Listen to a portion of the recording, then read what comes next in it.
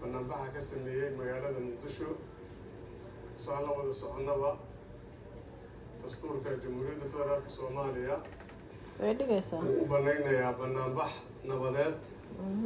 shacabku inay bannaanbax nabadeed ay ku muujiyaan rabitaankooda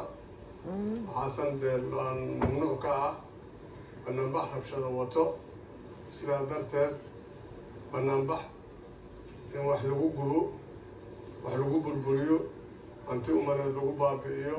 waddooyinka aan halkaan dalkaa ku dhisaynay ee shacabku iska kaashanayeen oo ayagu qayb ay ka ahaayeen in la gubo waa nasiib darro shacabka gudoomiye nin fiican aad tahay shacabka ha ka ilaaliya waxa dhibaayo waayo xaqdarrada ka ilaali wadanka ka ilaali la hadla madaxweynaha inay ilaashadaan hantidooda ay ayagu leeyihiin waxa danta guud ah dadka iska wada leh mideeda kale qaliibka iska qabta shakhsiga Soomaaliga ama muwaadinka Soomaaliga ah baabuurkiisa iyo dukaankiisa iyo cid kasta mas'uuliyad ka saaran tahay marka sidaa darteed waxaan leenahay bannaanbixii maanta shacabkooda waa ku halaabay waxaan aaminsanahay in maaragtay ahaday wax laga kabsan karay ama laga maarmi karay waxaan ognahay muwaadinka Soomaaliyeed ay sababtiisa bannaanbaxa loo sameynayay gacanta dawladdu ku jiriya gacan cadow kuma jiriyo dawladduna waxa waaye wuxuu siinaysaa xuquuqda uu leeyahay wuxuu sharciga ka helayo uuna helayaa ugumana horeeyo ugumana dambeeyo ugumana dambey dooyo cid kasta oo muwaadin ah Soomaali ah ee dawladda ay aado waxaan aaminsanahay inay ka warsugaan ehelka iyo asxaabta iyo kulliba in laga warsugo sharciga wuxuu ka helo sharciyadaas ayaanan aaminsanahay garsoorka iyo hay-adaha amniguna waxaan aaminsanahay inaysan ku xadgudbi doonin sidaa darteed waxaan rabnaa in lagu kalsoonaado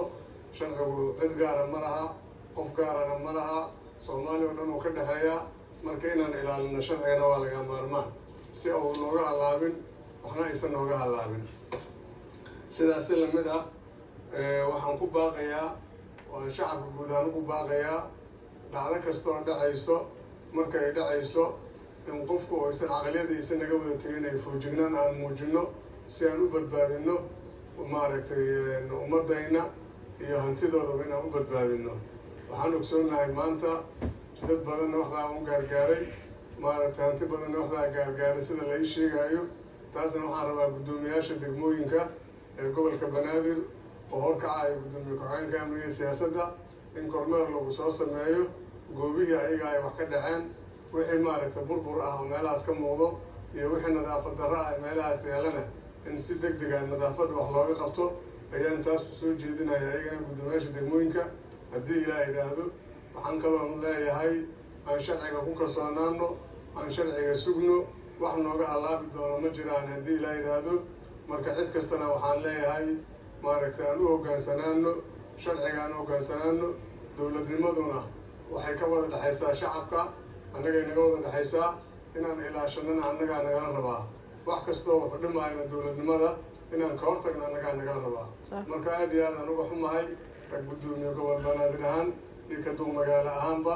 in maaragtay aan gacmahayna haddii aan dahno wax baan ku xalinaynaa gacmahayna wax